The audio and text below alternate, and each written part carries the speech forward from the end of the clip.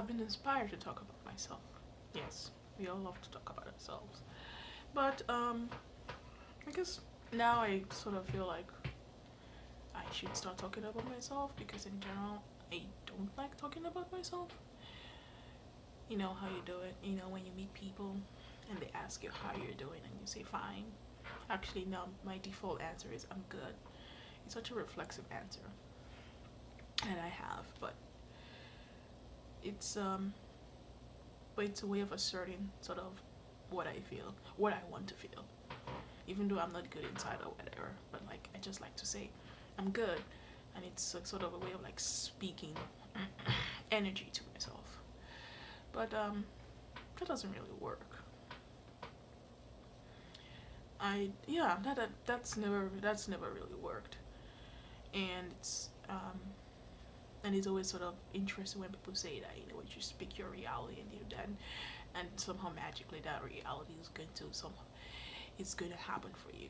And I've never really believed that, but subconsciously I want to believe that because after a while you sort of feel a little bit powerless. You sort of feel powerless in any sort of magical thinking. You kind of hold on to um, you hold on to vestiges of magical thinking, just as a way of sort of like saving yourself from insanity. But now it never really works, and you sort of and as time goes on, it's kind of start feeling hopeless. Well, not hopeless, I would say.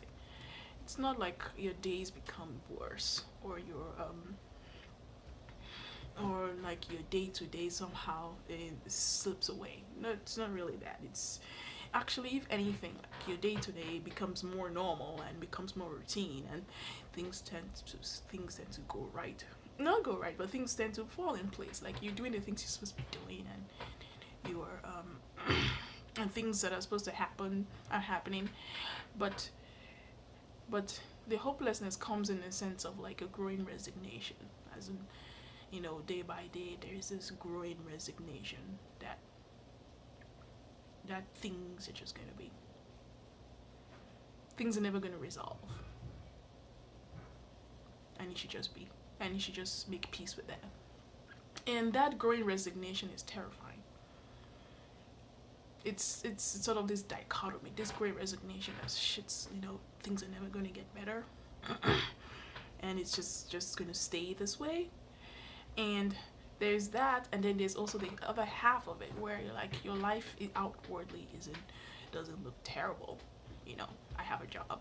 I live in I live in San Francisco, and I'm very lucky to have a job that lets me live a fairly liberal lifestyle.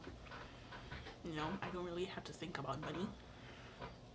I do need to save a lot because I'm sort of like my path has been late in life, but at the same time, money is not something I worry about. My health is relatively good, and it's not something I also worry about.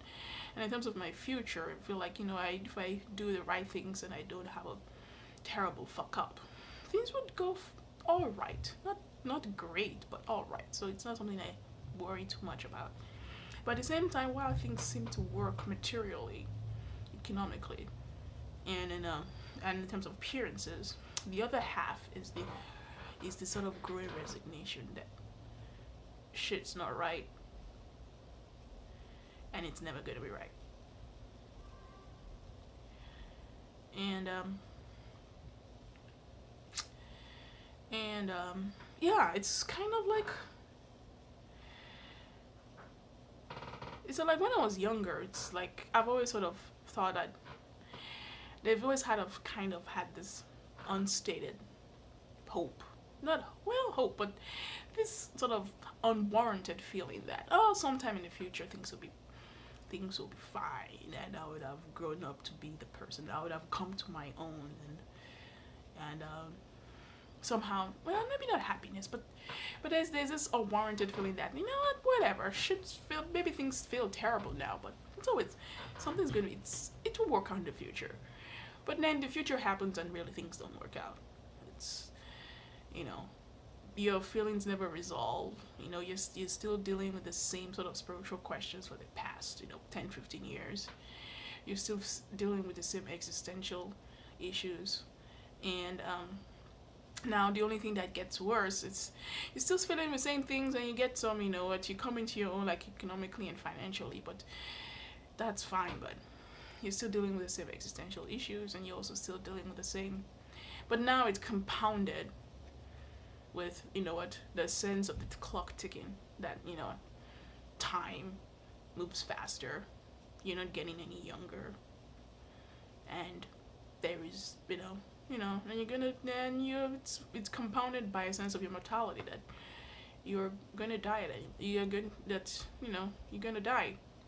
So, and that realization that if that, you're getting closer to death, but also that realization that at the time of your death, you would have felt disappointed. You would feel disappointed. Like, people say that, oh, like, there are some days a school of thought that, you should imagine what you would feel like on your deathbed. Think of what you regret, and what you would have been proud of, and then work backwards, and use it as a way of guiding your life. And it's an interesting thought exercise. But when I try to do that, that only fills me with more dread, as in, like, oh, I want this, and I'll feel guilty about this, and I would feel, and I'll feel ashamed of myself because of how I feel to this.